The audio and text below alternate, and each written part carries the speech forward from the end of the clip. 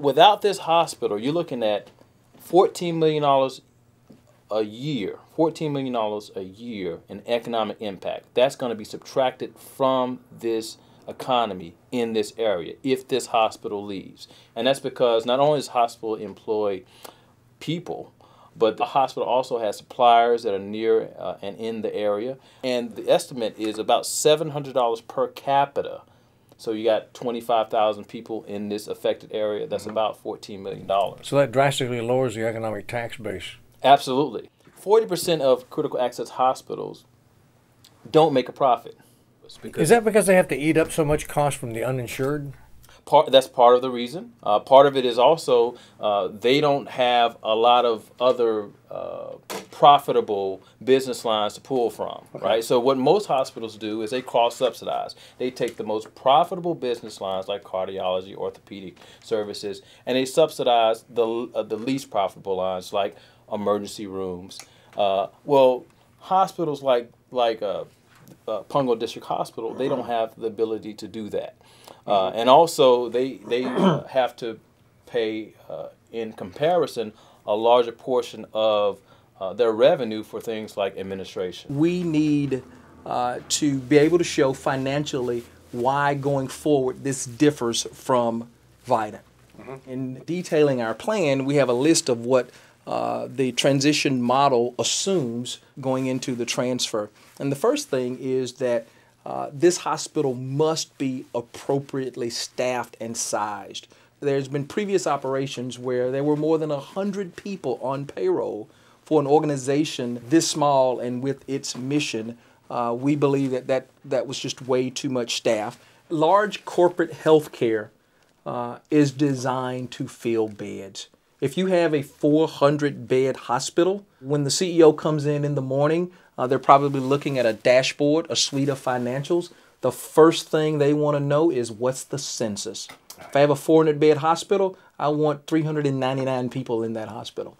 Duke wouldn't be good as an organization at running a hospital like this because they don't do that. Right. And you know, UNC as well. They don't. That's not their expertise. Running a hospital the size of Pungo District Hospital is terribly different than running a 400-bed hospital. It takes a different type of management expertise. Just because you are good at running one type of hospital, it doesn't mean that you're going to be good at running a rural hospital.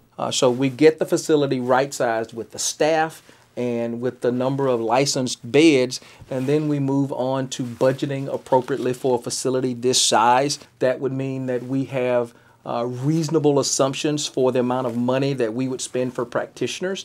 Is this perhaps why Vidant was losing so much money in the past with this hospital? Because that's what they're alleging, that there's money being lost here at this particular hospital. I think the question you should ask yourself is this. Okay. Is Vidant better operationally than the previous operators? I would...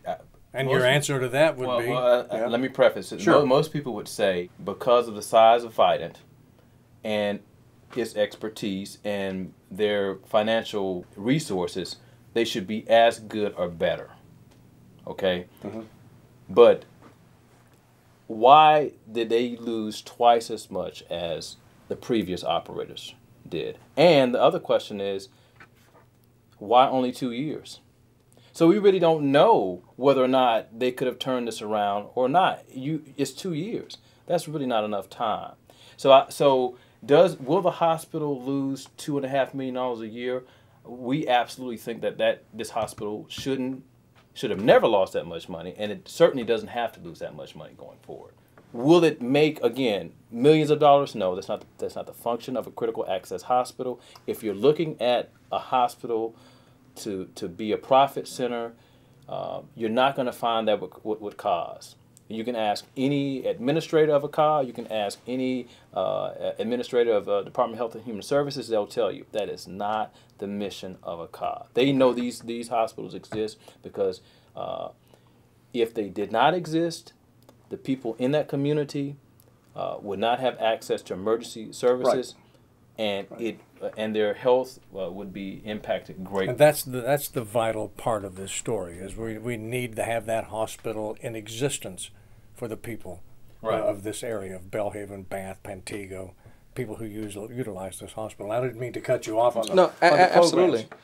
We have taken pre-Vidant operational numbers and we have projected those into the current and future healthcare environment, which includes the Accountable Care Organization.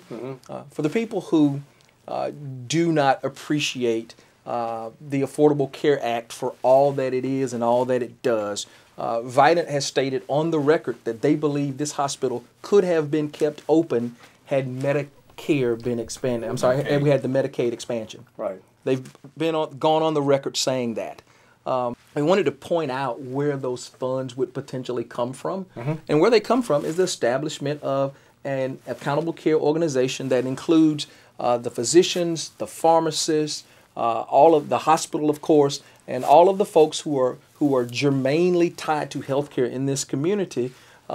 This community already receives a large share of monies from CMS via Medicare. And those dollars, and what we project here is the smallest ACO that we can set up has to have 5,000 people in it.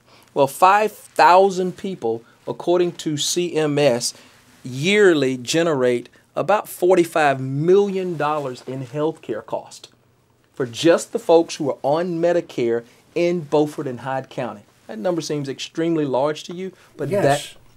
our country spends, and it's geographically dispersed, anywhere from $9,000 to $12,000 per Medicare enrollee. And remember, we're paying these bills with all of their Social Security deductions they made over all these years. Yes. The sums are astronomical, and this is why folks are so concerned. The Affordable Care Act, when they talk about bending the cost curve, in 2 counties, $45 million. That's just 2 counties in one state In one, over this entire country. exactly. So My where's goodness, it's hard to fathom. that $45 million, Pungo District Hospital needs to be capturing the correct proportion of that for its residents. Those people right now are probably were being served by Pungo some, but they're going to, they can't get all their treatments from Pungo, but they're probably going to the major tertiary firms, big secondary firms. But that $45 million is what CMS is spending for those folks. And so this graph just points out that in 2015, our ACO has about 5,000 people. In 2016, we expect 6,000 people. In 2017, we expect about 7,500 persons of the eligible persons in Beaufort and Hyde County to be a part of our accountable care organization. And our organization, meaning the new ACO, will transition the people to get the care in Pungo District Hospital that they need, but then to send them to the correct hospital and healthcare setting where everyone can benefit, so that we're not overpaying for items that should be done elsewhere. What we've done that's different than Vidant, we can't show any of the 2014 numbers because of our confidentiality agreement, and of course you see those blacked out. But going forward into 2015 to 2017, utilizing the time frame pre-Vidant as a model for how to go forward. So these are your projections for those 2 years. Correct. However, we're incorporating the Accountable Care Organization, which has a plethora of cost-saving mechanisms in addition to having a shared savings program where of that $45 million I showed you initially, if we save the government money that they would have spent of that $45 million, then the Pungo District Hospital ACO would get to keep half of that savings. And our ACO expert, a gentleman named Bo Bobbitt, his estimates are a bit more robust than ours. But starting in 2016, when those first payments would be coming, Pungo District Hospital would see additional revenue of $450,000 and then $562,000. The hospital was barely losing, with our projections, $100,000 here, $100,000 over the next year. That kind of money would create sustainability into the intermediate and long term for Pungo District Hospital. Our ACO expert estimates that those shared savings will be twice and thrice what we've estimated conservatively. So the ACO, That's a good motivator. It is. Yeah. It is. We believe in local ownership and leadership. We want a CEO that's here, that's not, if you will, a corporate type, that understands that we must be doing the right things, and we must be doing them right. Our job is not to channel people and fill up our hospital and give everyone the most expensive surgeries and do all of the things. You want people to not inappropriately access the emergency room, because that ends up costing everyone, the taxpayer, as well as the person that waits to go to the ER. That costs them time and or money. One of the key issues is a federal law called EMTALA. And what EMTALA says is people get treated at emergency rooms anywhere in America. They have to accept you. They are not supposed to be questioning whether you can pay, whether you have insurance. Every emergency room in the country that accepts federal funds, they are required to take you. That said, an urgent care clinic does not have to do that. You already pay for folks who don't have insurance. EMTALA says you have to treat them at the emergency room door. What if we were treating them in the community? What if we were treating them before they became emergent? We're already paying for it. We already pay a lot of money to provide health care to the community. Why don't we think strategically about how we provide that care? And you know what happens if you think strategically? You end up bending the cost curve. Right. Rather than paying 20% of GDP, you can inch that number down.